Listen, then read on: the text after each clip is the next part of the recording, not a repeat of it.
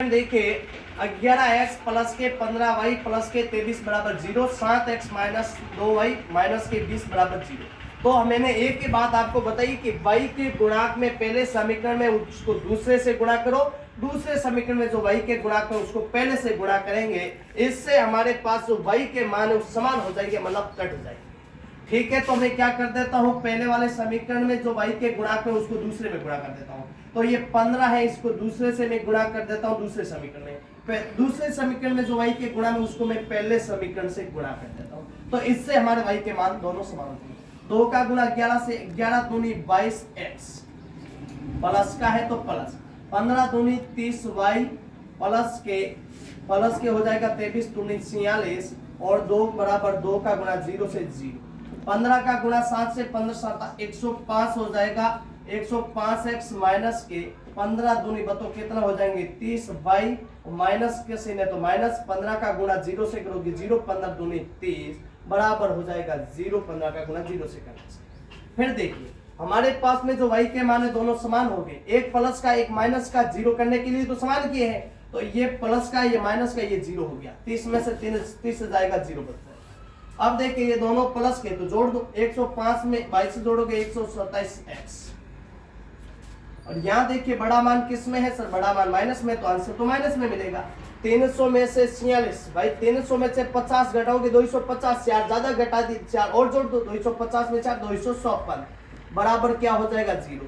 अब 127x minus का इधर जाके बताओ किस में हो जाएगा, प्लस का 256, तो x है तो x बराबर हो जाएगा x के गुणा वाली संख्या बट्टे में 256 बट्टे के 127। बताओ 127 और 127 कितने होते हैं, 256 होते कि नहीं होते, होते हैं सर। 100 इसमें भाग कितनी बार जाएगा, 2 बार, तो x का मान आपके पास आ गया।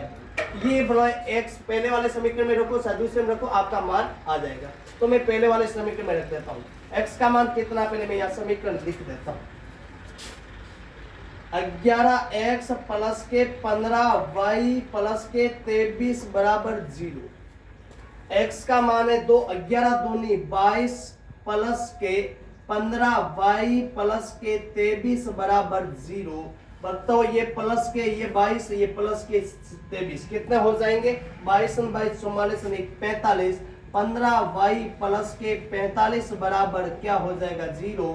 तो 15y ये प्लस के 45 इधर जाके माइनस के 45, 15 का भाग जाएगा 3 बार, तो y का मान बताओ कितना आ जाएगा -3। तो x का मान प्लस के 2, y का मान माइनस के 2। अब आइए इस समीकरण, अब इसमें क्या करना है, 99x प्लस 101y बराबर 499। दूसरा समीकरण 101x प्लस 99y बराबर 500।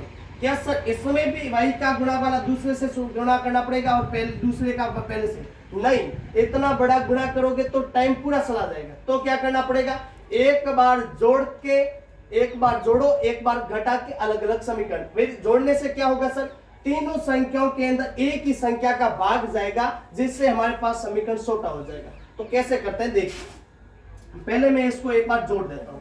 तो 99x 101x बताओ कितना हो जाएगा सर, 200x।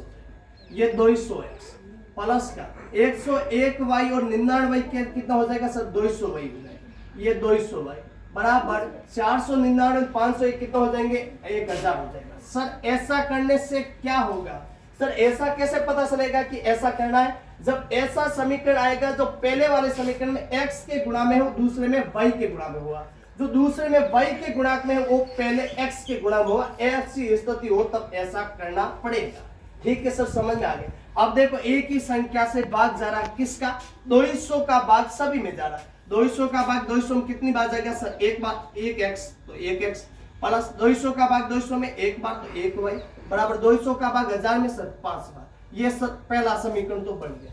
एक बार जोड़ के हमने बनाया, एक बार घटा के 99x में से 101 घटाओगे कितना बचेगा सर, माइनस के 2x बचेगा। ठीक है, 101x में से 99y घटाओगे पीछे कितने बचेंगे सर, इससे बचेंगे सर प्लस के 2y, ये प्लस के 2y।